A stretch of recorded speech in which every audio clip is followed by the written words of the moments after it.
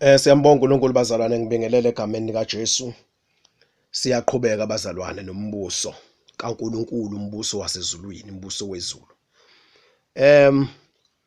Uma uNkulunkulu esembekile umuntu lapha ensimini yase-Edeni, uNkulunkulu ethi akabuse isono sasingakangeni.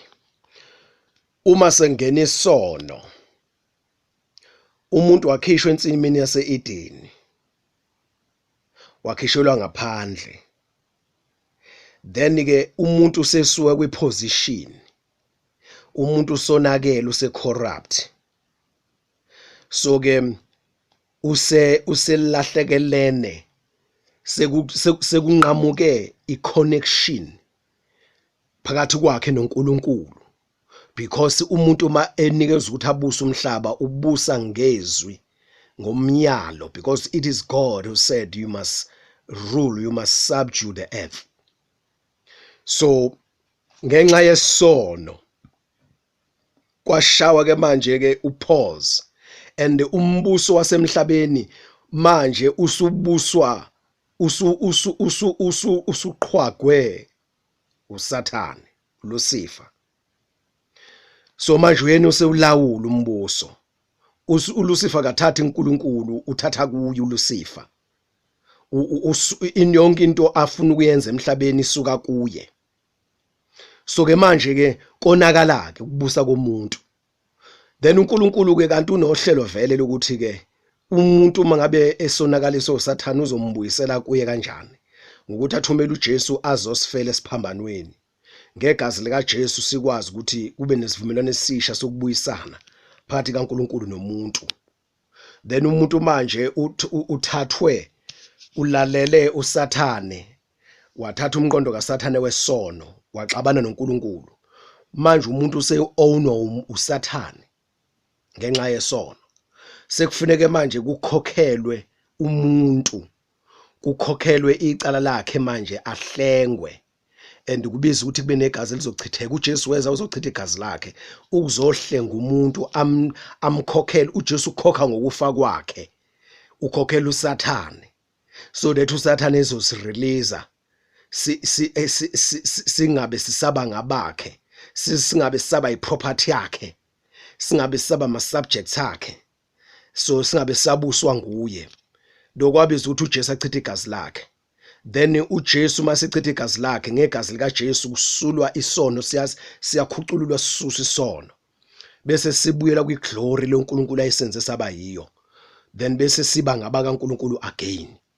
So ke manje ke kuswela kumuntu onile bazalwane, uNkulunkulu manje ubeseletha imizamo, ngeke ngiphindele kuyona abazalwane, up until kuze kufike inkosi uJesu.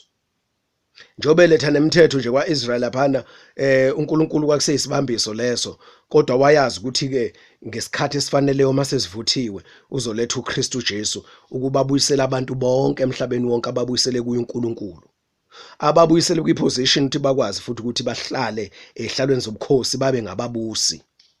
So ke ngoKristu Jesu sibuyiselwe. So ke manje awukapheli umsebenzi wabantu abasindiswayo ukushunyela kwevangeli lasembusweni kaNkulunkulu. Indaba izinhle ukuthi noma sonile, isihlengo sesikhona. Into esilahlekele yobukhosi siyabuyiselwa kuyo. We are being reconciled to God, and if you are reconciled to God, bese ethi uNkulunkulu, no, now ngizobuyisela nobukhosi kini. So ke manje uJesu ukwenze kwaba possible ukuthi amakhosi esiyiwo alahlekile ngenxa yesono ayabuyela kwiposition. So ke manje kusukela ke isono singenile emhlabeni, koze kube usuku la uJesu elanda khona ibandla elisusa kulomhlaba, koze futhi kube usuku lokugcina la kuvalwa khona isikhathi somusa sokusindiswa kwabantu ngegazi lika Jesu. Lokho kuyokwenzeka ekubuyeni kaJesu kwesibili, second coming. So yonke ke le period esikuyona, yonke le age esikuyona, lesi sikhathi esikusona isikhathi esiwumshikashika, esiwumzabalazo ukuthi kubuyiswa abantu, kushunyalwa indaba zokuthi abantu noma belahlekelene noNkulunkulu, uNkulunkulu usesikhiphile isihlengo sokuthi abantu bayohlengwa babuyiselwe kuNkulunkulu. Kushunyalwe lokho manje ilivangeli ke leli indaba zombuso kaNkulunkulu. Umshikashika yilowo, umzabalazo yilowo. So ke kulungiselela ukuthi ngesikhathi esifaneleyo umuntu owonise ingelosi uSathane eyonise umuntu asuke kwiposition yobukhosi yokubusa, then uNkulunkulu plan ukuthi ngesikhathi esithile uzombamba lo Lucifer, uNkulunkulu amvalele ejele kwalasha, amfake khona amahlulele noma amphose khona. So bese kuthi nabo bonke abalandeli bakhe, zonke ingilosi zobumnyama, bonke ababusi nama principalities of the darkness, kingdom of darkness, bazobanjwa bonke baphoswa lapha emlilweni, nabo bonke abantu abangafunanga ukubuyiselwa ebukhosini basezulwini. Then bazothathwa bonke bavalelwa phana kuclean umhlaba. Then inkosi uJesu bese yona iza nabantu abangamakhosi kuzobuswa la emhlabeni njengalokho uNkulunkulu eyimisile isono singakangeni. So ke njengamanje bazalwane ke it will be a wrong approach, it will be a wrong teaching uma sizofundisa ukuthi siyabusa manje. Njengamanje bazalwane sempini kusaliwa. Kuliwa namanje uyabona inkosi ihlasela enye inkosi bese ithatha impahla yale nkosi esiyihlulile esiyinqobile, then ithathe iyenze lenkosi ibe ngaphansi kwayo, so ihlulwe, iyahlulwa enye kufanele bekhona ehlulwayo bese lenye ithatha over. So njengamanje kuseyimpi bazalwane, impi phakathi kombuso obumnyama nombuso wokukhanya. Then uNkulunkulu indlela yakhe yokulwa uyimisile ezweni lakhe ukuthi silwa kanjani. Malithi iBhayibheli asibambene nenyama negazi. So ke uma kuthiwa sisempini siyalwa, asihlome zonke izikhali zikaNkulunkulu, sisempini manje bazalwane. Akusona isikhathi ukuthi siyabusa. Umhlaba nje manje ubuswa uSathane. uJesu isholo yena ngwashila amanye amavesi bazalwane. Yabona? Mhlawumbe singarecap nje kancane ngikhothe lapha ulokhuzana uJohn chapter 14 uverse ngithi verse 30 and 31 bese kuba First John chapter 5 verse 19 ngoba umhlaba wonke is under the control of the evil one, ngoba umhlaba wonke ubuso omubi. Akhona namanye amavesi bazalwane. So uJesu isholweni ukuthi umhlaba ubuswa omubi uSathane.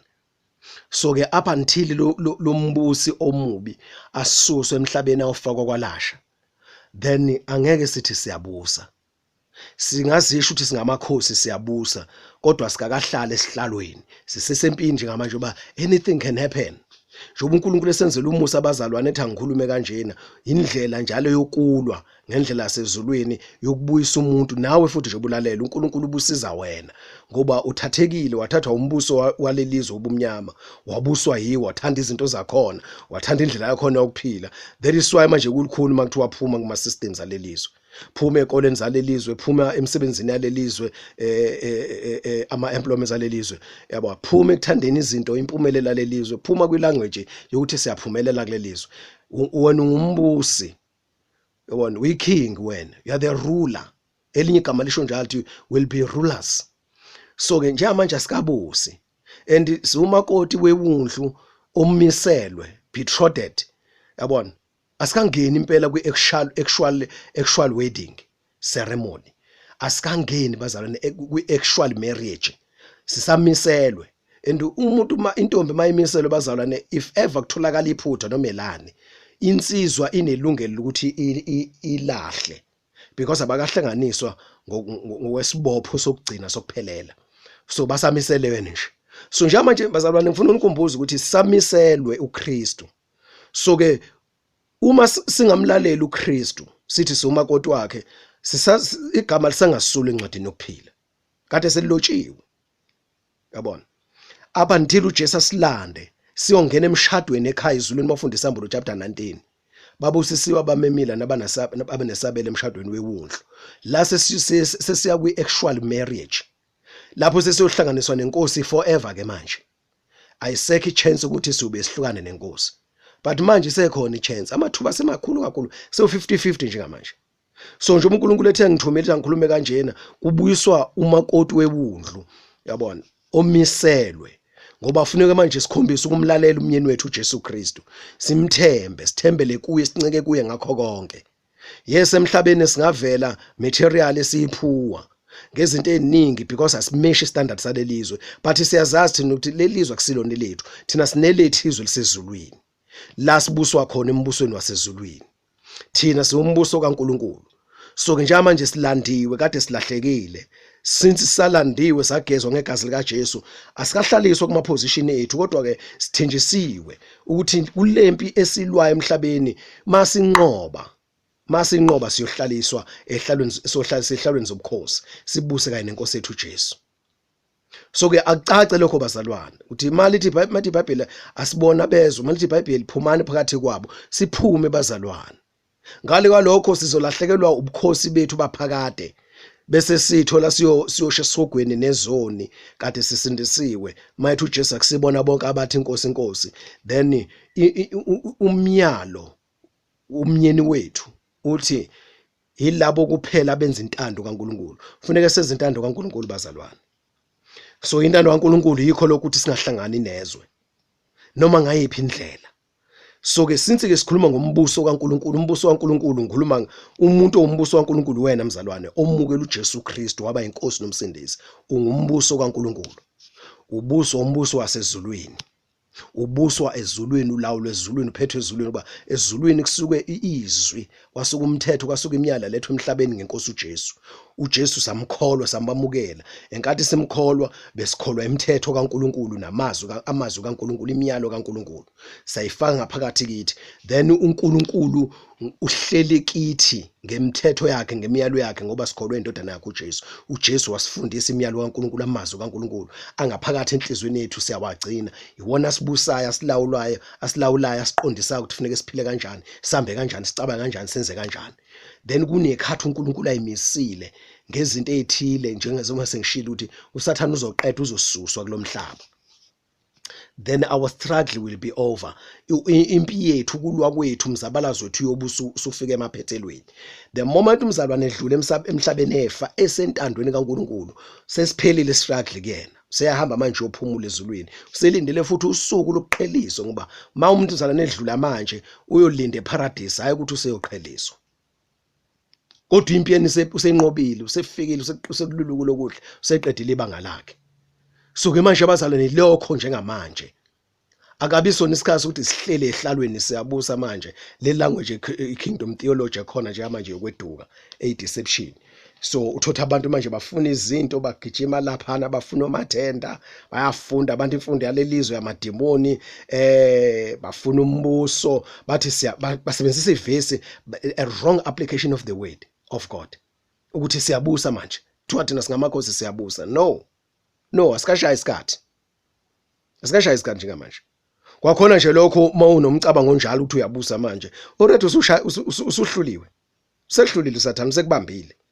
Usudansela isiginci sakhe manje, uba uyazi kahle lo mhlaba ubuswa kuye, and wena usuhlulele ukulalela inkosi yakho, because uKristu is our commander. He is our commanding officer.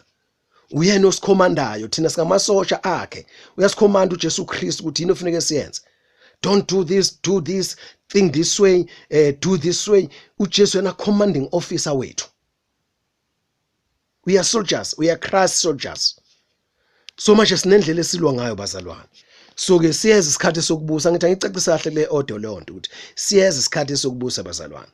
And la kuzodemonstrate khona ukubusa kuka Jesu Kristu, ebusa nabantwana baNkulunkulu abasindisiwe bonke, singamakhosi sonke, sibusa lomhlaba. Kunikezwe isikhathi se demonstration of that before eternity, 1000 years. So uJesu ebuye kwesibili emhlabeni, uzobe sebuya nabo bonke abathathile wabahlwitha. Ngenkathi uJesu ebathathe bahlwitha, uNkulunkulu befuna ukudila na wonke amaphikankani nabo bonke abahlubuki abazosala ohlwithweni. Then lapha nezulwini kunama stages, ikhona iorder engifundise kuyona ukuthi kuyobe kwenzakalani for 7 years ezulwini. Mase kuphelile konke okwenziwayo, sesenza ipreparation manje yokubuya size emhlabeni nenkosi uJesu. Lokho kubizwa kuthiwa yi-second coming la emhlabeni. Siza nenkosi uJesu, sizobusa for 1000 years.